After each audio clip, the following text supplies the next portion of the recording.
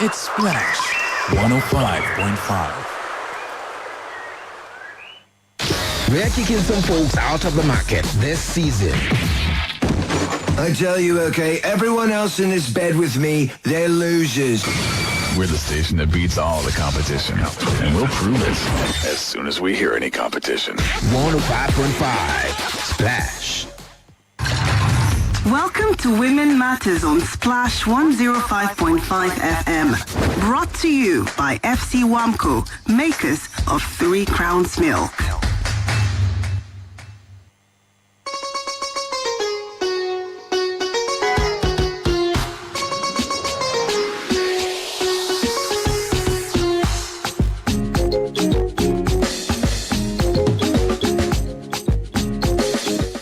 It's another wonderful time. Of course, when you hear that sound, you know that it's time for the women to come and talk about Women Matters. Oro Biri live on this station.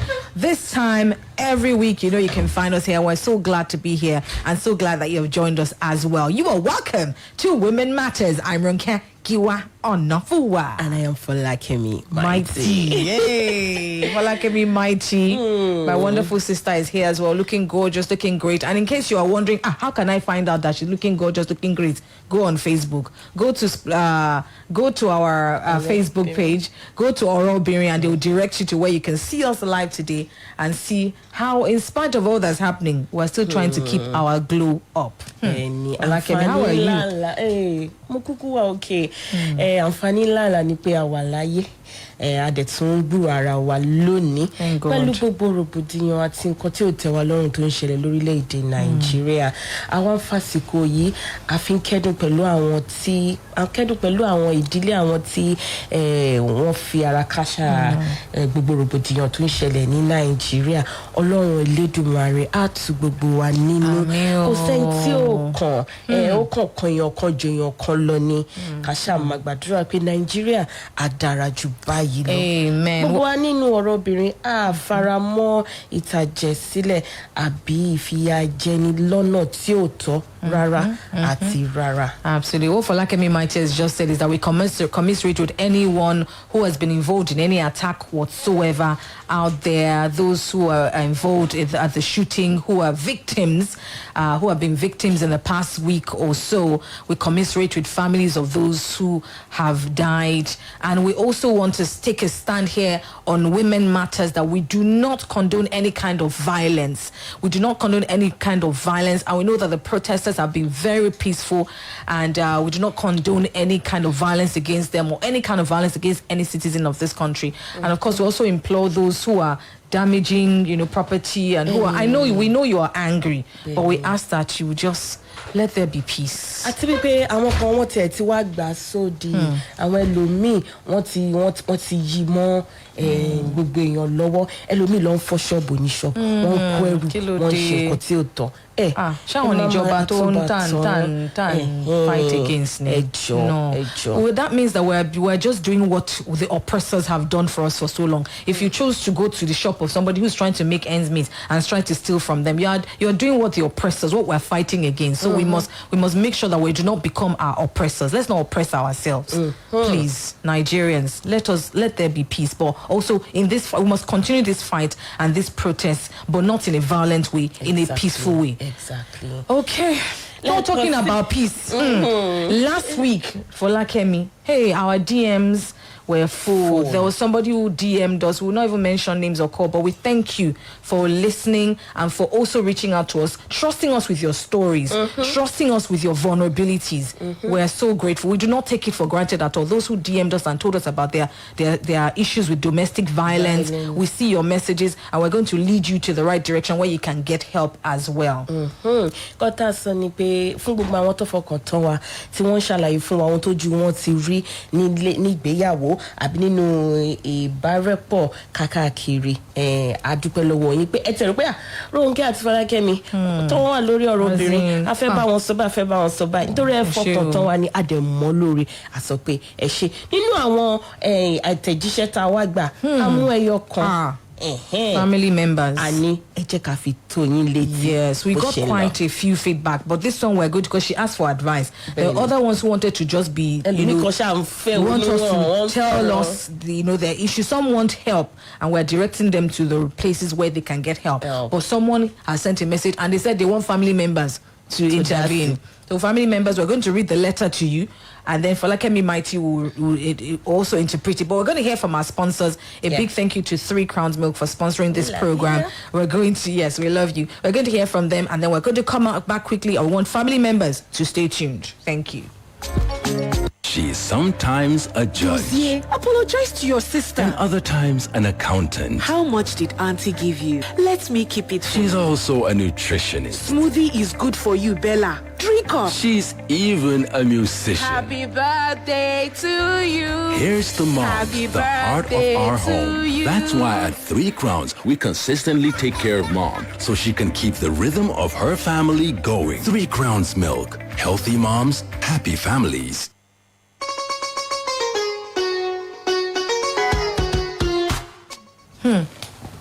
Hey, Akigogo Akabo Pada. Tebaya Shendarapon wa Oro Women Matters. Onlowa lórí afẹ́fẹ́ báyìí. Orúkọ tèmi ni Folakemi Mighty. And I'm Ronke Giwa Onafuwa. We welcome you back. I know that, yes, you're itching to hear the story of one of our family members who has asked you to intervene on this matter. Last week we talked about domestic violence in relationships. And the feedback was fantastic. And we're going to bring one of the feedback to you because this person asked for help. Okay, I'm going to read the letter. And the letter says, Dear Folakemi and Ronke. So let us see. Okay, here it is.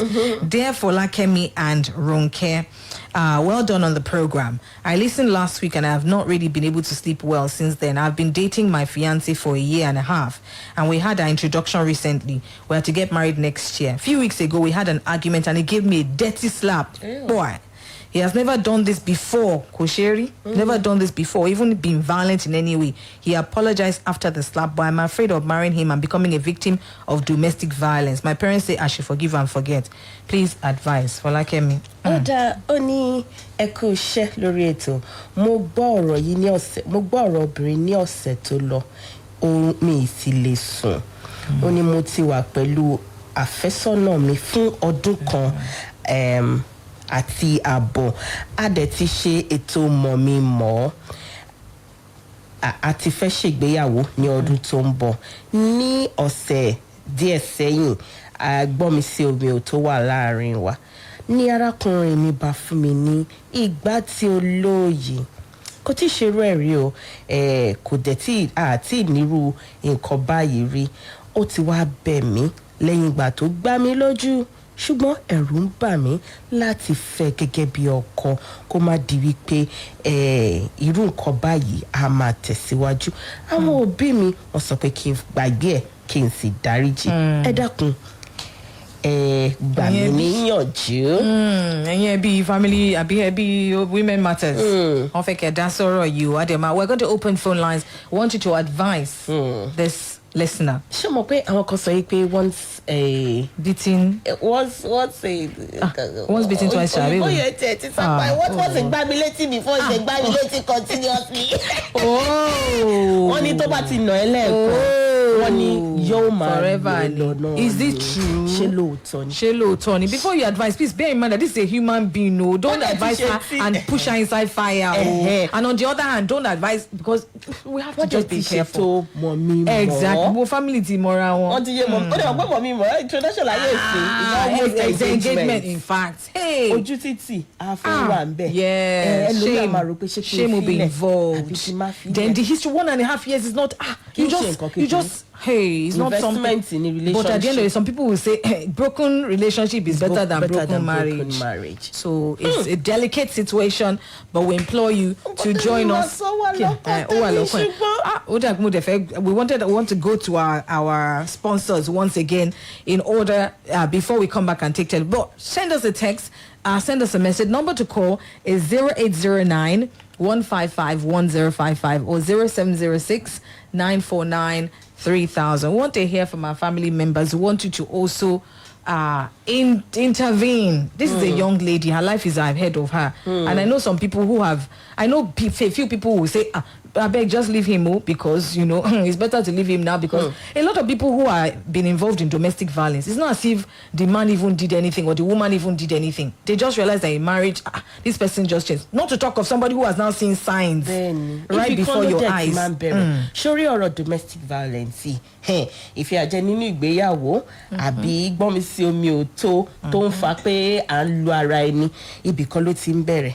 Á bẹ̀rẹ̀ ní pé kẹ́ máa argue. Ẹ̀gbọ́n sókè fúnra yín, agbọ́wọ́ sókè, àdìpọ̀ gba ojú ẹlẹ́ẹ̀kìíní, ó tiẹ̀ lu ògiri, àbí kẹ́ ó ṣàtẹ̀ dá nǹkan gbígbóná sí ẹ lára, ẹlòmíì á sọ nǹkan fún ẹ, ibi pílò ló ti ń bẹ̀rẹ̀, á di bí orogún, á di pé kíní oríṣiríṣi ló máa ń ṣẹlẹ̀. Kí ni nǹkan tẹ́yin fẹ́ bá arábìnrin wa sọ?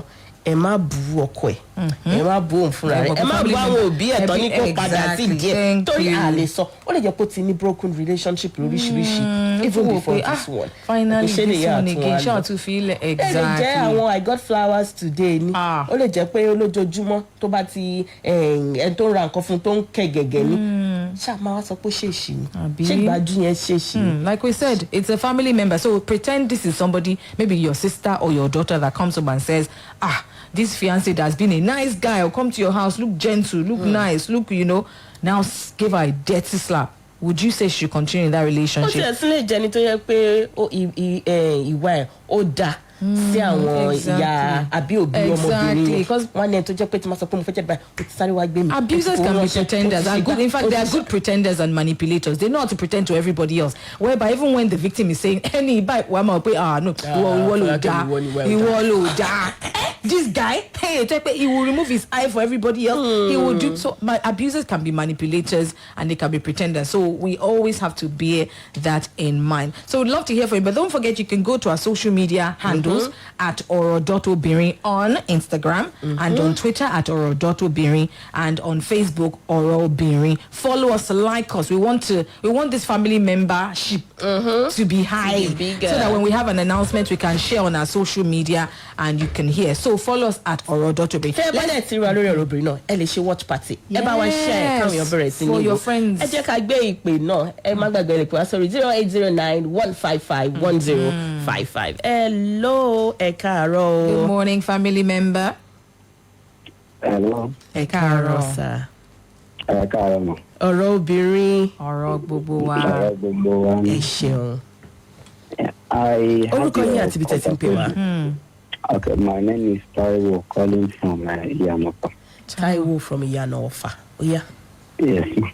I had the conversation and it's a very interesting one.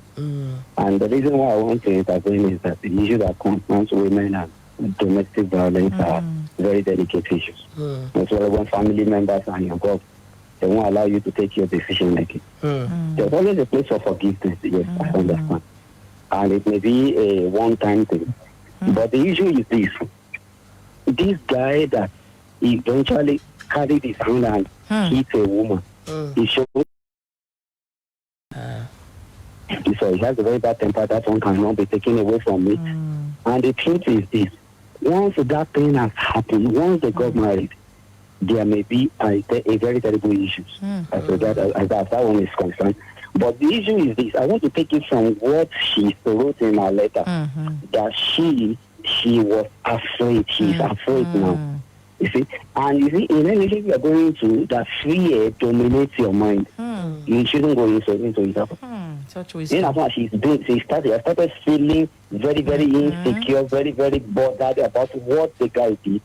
So I was advised that she prayed very well and be led, because originally she may not be led to marry this guy, because most of the time we always feel like, oh, I saw a man that I like, he's very good, he's very brilliant, he has money and stuff, so that's why he's going into it. So she should pray well. She should pray well. That would be my advice. Thank you so much. Such wisdom. We have seen a lot of issues. Yes.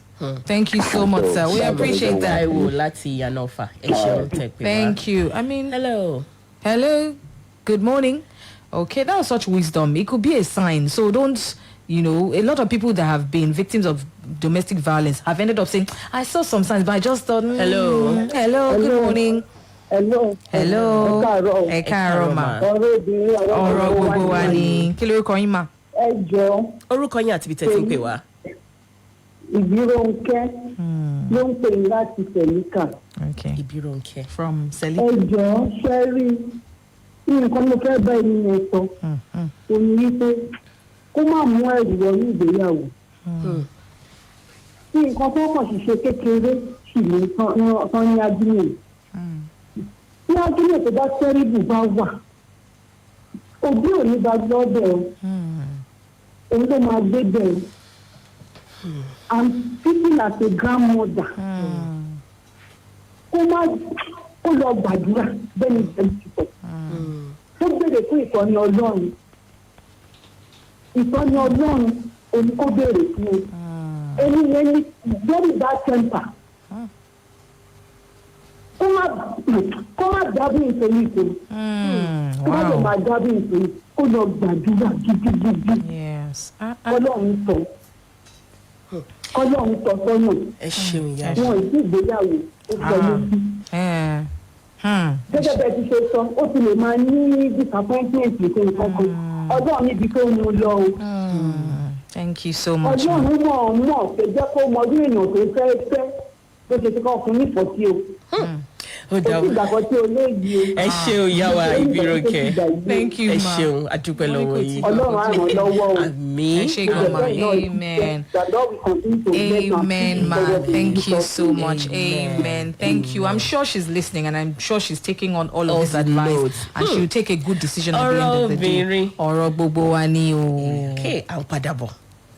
Yá mi Àyìnkẹ́, adájọ́ tí kì í figbá kan bọ̀ kan. Ṣé wo mọ̀ yí pé apá èpò lẹ́yìn àgbà ọmọdé apá lẹ́yìn tiẹ̀ náà má yájú sẹ́gbọ́n rẹ̀ mọ́ o. Olú alámọ̀ ní kọ̀rọ̀ yàrá kí n má bàa fi gbogbo owó jẹ wóróbo. Àjàní kódà kéèyàn fọwọ́ mẹ́wẹ̀ẹ̀wá jẹun ná díẹ̀ fi díẹ̀ pamọ́ torí ọjọ́ ọ̀la ni o. Tí n bá rántí ẹ̀kọ́ nípa bá a ti múra lámúyẹ ẹ̀rín á sì pa mí títí. Ewu ọmọ mi Àjàní bó ti wọ bàtà ọ̀tún sósì bí ẹni ń lo oko ọdẹ ó yá ọkọ mi tún bàtà rẹ wọ̀ dáadáa. Fún àwọn òpómúlérò ìyá ẹ̀mí àbàtà tí módò ṣàn ní 3 crowns ìtọ́jú àwọn ìyá ṣe pàtàkì kí wọ́n lè tẹ̀síwájú ipa rere aláìlẹ́gbẹ́ tí wọ́n ń kó lórí ẹbí gbogbo. 3 crowns milk. Healthy moms, happy families.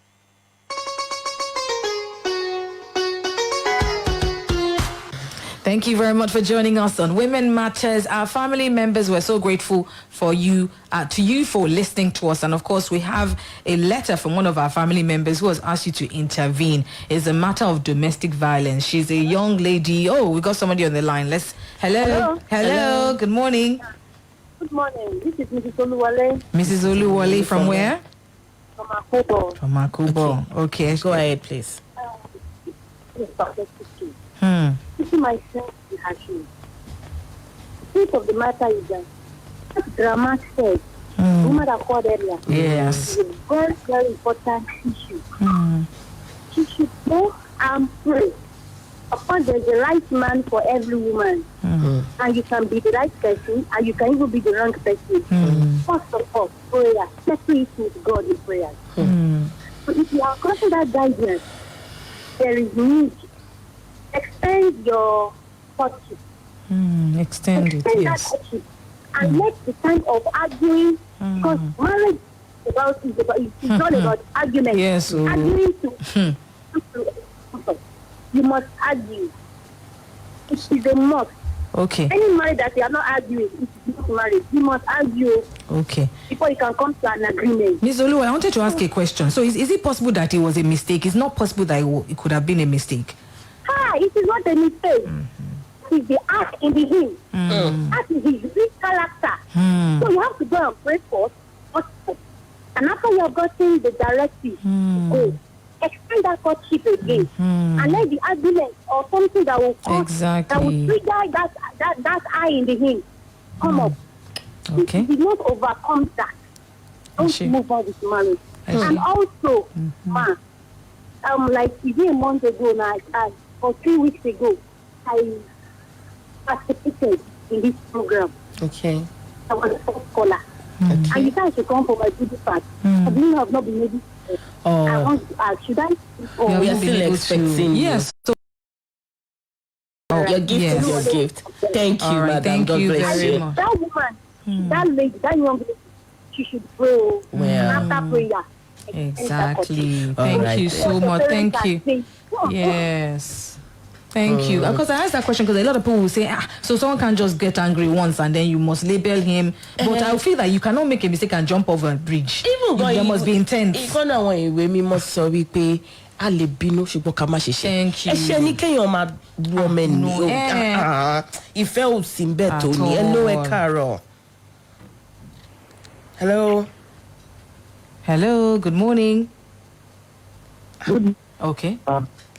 Line here. Wow. Shake. I just can move on. Okay. Hello, good morning.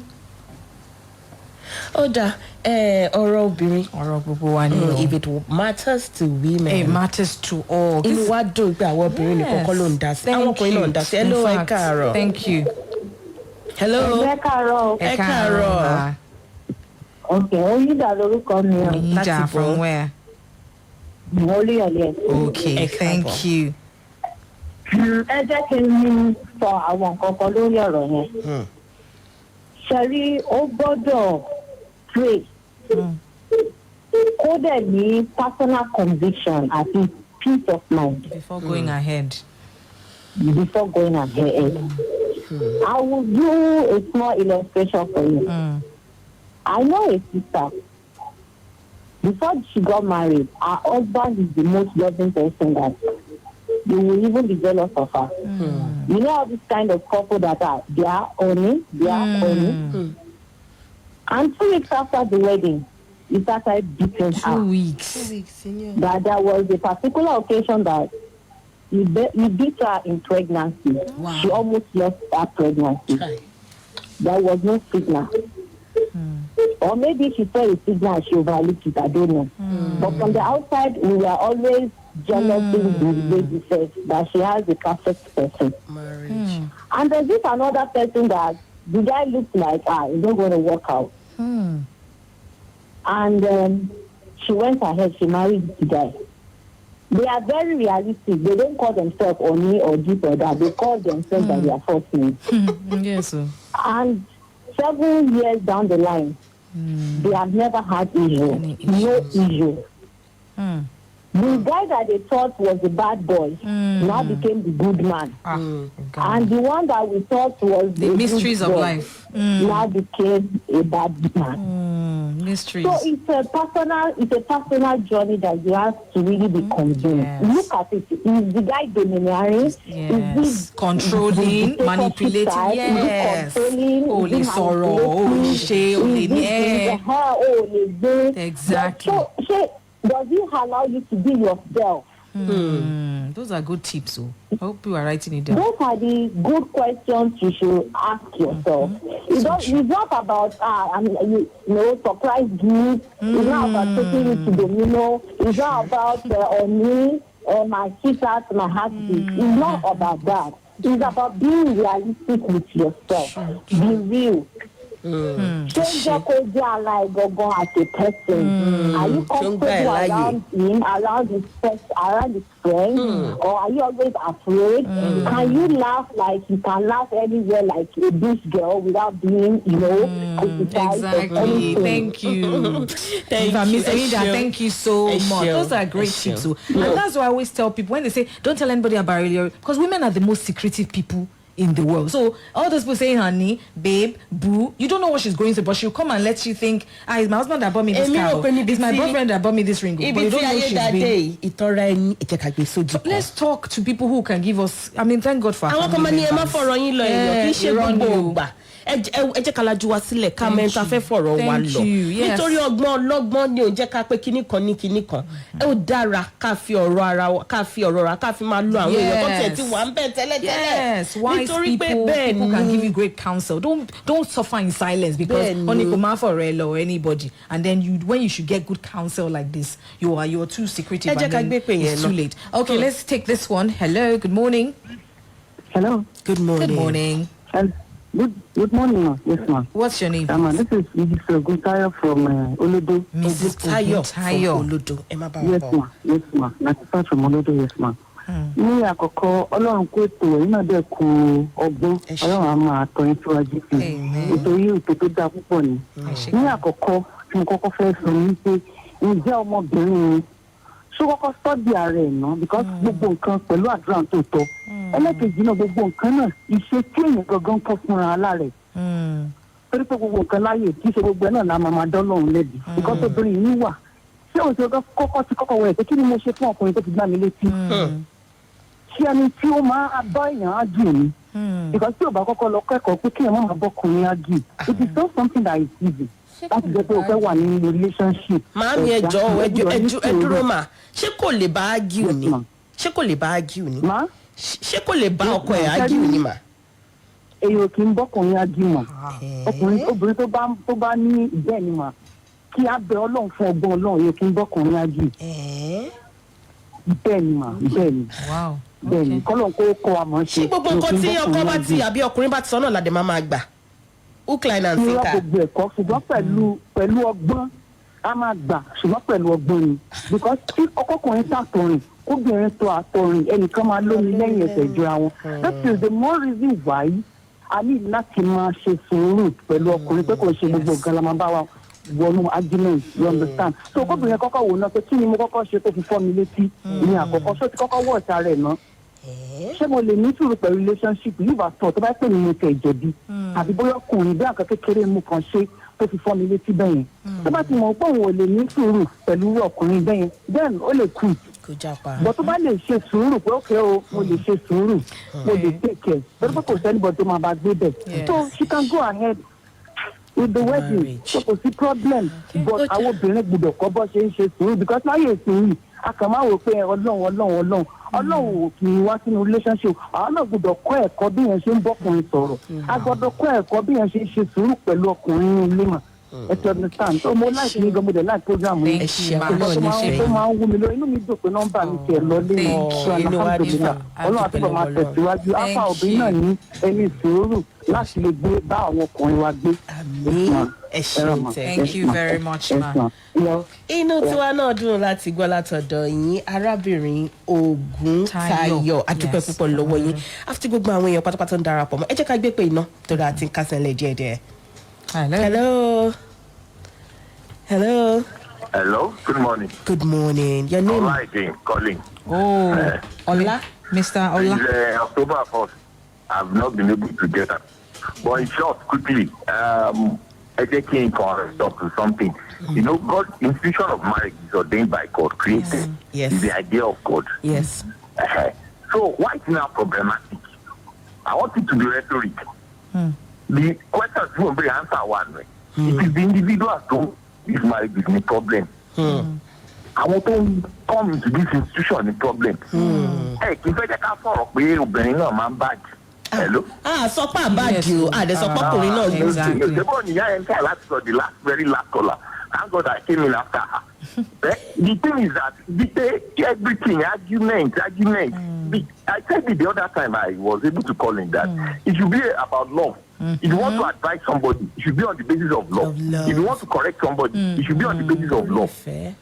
I think Ronke said something that did. Okay, bring in all of this. So talking about correct in love. But there's no love again. Let's realistic. Material, we are learning is a materialistic world. If you put love in anything you do, you will not end up in beat me. Marriage kò ní problem àwa tá wà nú ẹ àwa gangan ní ṣe we need to work on ourselves.